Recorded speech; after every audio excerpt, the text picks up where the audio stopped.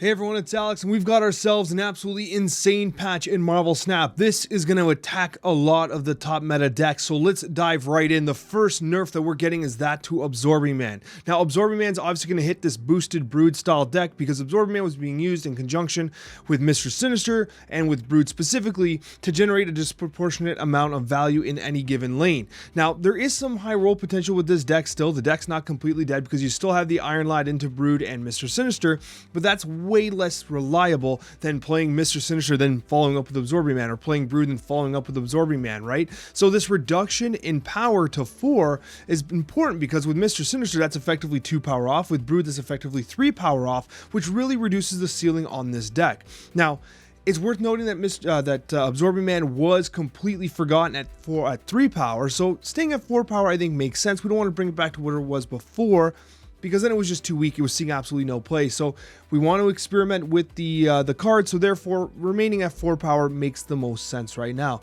It's kind of funny how this game works sometimes, right? If going from absolutely no play to seeing an absolutely ton of play just on 2 power of a boost. I mean, 2 power is a lot, to be honest with you. But anyways, this had to be changed here because of the impact it was having on the meta. Now, Spider-Ham is a much more significant change. The change to Absorb Man is much more OTA worthy because it's just a power change, but when you get functional changes to cards, which is going to be the rest of the cards we'll be talking about, you really change the identity of a given card. Now, Spider-Ham used to hit the highest cost card in your opponent's hand, which is pretty detrimental to cards like Apocalypse, for instance. But now it's going to hit the card on the left, which is generally going to be an expensive card because it's a card that like you might have to hold through an extended period of time. But this is a massive nerf to Spider-Ham. Hitting the leftmost card, that could just be like a wasp or whatever that you've been holding in your hand the entire time, right? It can be whatever you want it to be, quite frankly, but because it gives you counterplay. That's the key thing, right? So if you're playing against a player that has Spider-Ham and you know they have Spider-Ham, you can effectively try to maintain a card on the left side to get hit that you don't care about, or if it's Infinite, then hey, that's amazing, or a Destroyer in some cases, right? This is a huge change to Spider-Ham. I actually think that this is a nerf because what's going to ultimately happen here is reducing the reliability of the effect. I think really hurts this card a lot. I think the counterplay is important, but ultimately this is a change that I think knocks this card completely out of the meta for the most part. I could see this card being boosted via OTA to a 2/3 if this is the effect it has, because I think this is weak. This is very weak considering what it used to be as a 1/1 with the on reveal effect that it had. So Spider-Ham, I mean, I don't want to see it completely die, but I think that this might be a pretty huge nerf to everyone's favorite Peter Porker. Blade. Now this one caught us all by surprise. Blade, going from a 1/3, and it stays at a 1/3, but it's actually similar to Spider-Ham, now attacking a specific element of your hand. But in this case, it's the rightmost card. Now the reason why this is so important is because you are gaining this reliable discard effect. Colleen Wing, Lady Sif, Silver Samurai, they have a reliable discard, and Blade was one of the most RNG-centric ones, and now essentially you have Hell Cow, which even then has some control elements to it, because it can't discard the same card twice, for instance, but it discards different cards guaranteed. And then you have, Swordmaster, which is a genuine random discard effect, but it offers a lot of power.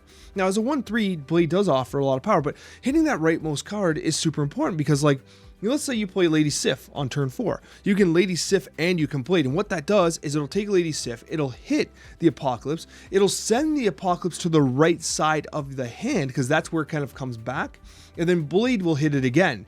So you can actually control the way that Apocalypse comes up. This is actually a huge buff to discard because turn 4 can be Sif and Blade, and you're going to reliably hit Apocalypse twice.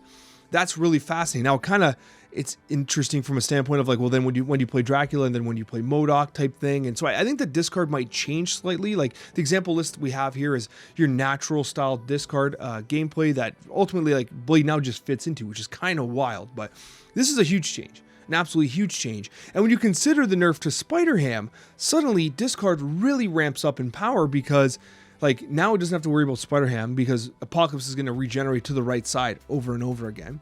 And generally speaking, this is going to be good. This is going to be good, and I like the fact that Blade is suddenly becoming playable. So discard getting some love in the shape of Blade. Now this was one that I think not many people were expecting. Now we know Thanos has been one of the best cards in Marvel Snap for a while. And when you had the Quinjet synergy with the stones, which meant that for those that might be new to Marvel Snap, you used to be able to make the stones cost 0, which was insane because Quinjet would allow you to play the stones for free. And then what ultimately happened was you were able to cycle through Lockjaw like ad nauseum and just create a ton of value. It was completely broken. It was one of the most broken decks in the history of Marvel Snap. So it still represents a very strong archetype. So they decided to remove some power off of the Soul Stone, which in reality is a pretty damn good card. Soul Stone on average is probably like a 1-4, potentially even upwards of a 1-5 if you consider the negative effect. Its ability to synergize positively with something like a Valkyrie, I think, is notable. It has an ongoing ability, which means that it gets hit by Spectrum. It's just a good card. And removing the draw card, it feels a little sad because now you have the Power Stone doesn't draw a card, the Soul Stone doesn't draw a card. These are huge nerfs, and it actually kind of like impacts the consistency of the deck because now you have like 2 stones, which are dead draws. This might actually hit this archetype a lot.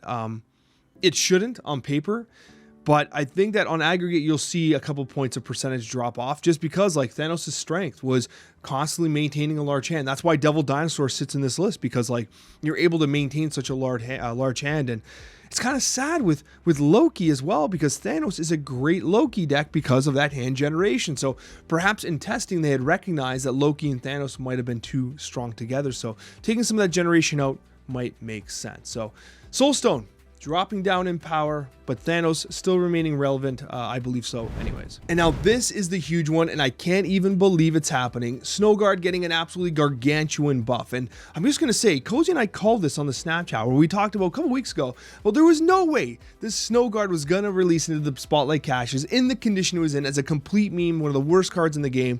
And then here we are, a massive buff that completely changes everything, in particular going into the low-key season. Now, we have a couple slides to talk about this here, so stay tuned. But right off the bat, the developer does note that like it was supposed to be a hot and like featured location tool, and it just never quite landed. It's also worth noting that hot locations are 24 hours on Sundays, and the featured locations got reduced from 48 hours to 24 hours. So then all of a sudden, Snowguard's ability to contend with locations got reduced. Location control is still super powerful though, because naturally, just see what happened to Legion last week. Legion had to get nerfed in an OTA because of how powerful location control is. Now, what's notable here is not just that Snowguard is now going to change completely. It's going to add the Hawk and Bear to your hand, but it's what the Hawk and Bear do. Now, right off the bat, I'm going to identify an impacted deck as She-Not. You might be like, She-Not, Snowguard's not in this deck. Well, no, but Magic is, and Snowguard's going to completely destroy these turn 6 style decks because of what the new effects do. I mean, they're actually the same old effects, but it's worth noting that Snowguard, the Hawk, will ignore location abilities until the end of the game or the next turn. That will negate, Limbo. It negates Limbo, and that's why the text has been changed to make that more clear. It's also worth noting it's a 1-2 to a 2-3, and both of them got that upgrade. 2-3 being a very consistent stat line with 2 drops. So, Snowguard is going to come down on turn 1. Then you get turn 2 plays, which you can really take advantage of. This is absolutely crazy. And I love it. I think this change is insane. And what specifically is happening here is you can just slap Snowguard into a Devil Dinosaur deck. And honestly, it makes sense. You're amping up your hand. You have the ability to retrigger effects. You can just hold the cards to ramp up the Devil Dinosaur and the Mystique if you have it, or you can use the cards to proc additional effects or cancel effects. It gives you optionality on how you want to approach the game.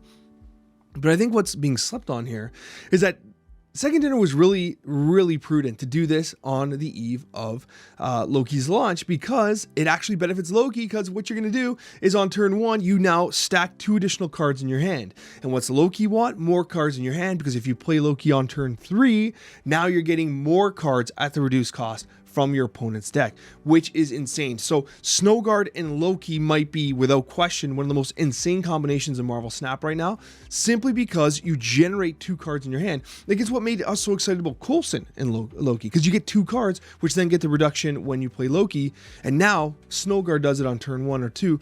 It's wild. This is insane. Absolutely massive change. I think that Snowguard is really legitimate. It'll take some testing to see which decks that it performs the best in, but Snowguard cannot be slept on now. The Spotlight cache completely changes in value because Snowguard's a legit get now, right? It's wild. This is a fantastic change. I'm glad they made it. And if you want to see more Marvel Snap content, guys, I got another video for you right here. It's a lot of fun. But most importantly, hit the like button if you'd like to support my content, and subscribe if you're not subscribed already, guys, because I really do appreciate you. And I just hope that my videos can reach you in the future. And subscribing helps with that. Thanks for watching, guys. It's a great time to be a Marvel Snap player, especially with all these amazing changes. And we'll see you in the next Marvel Snap video.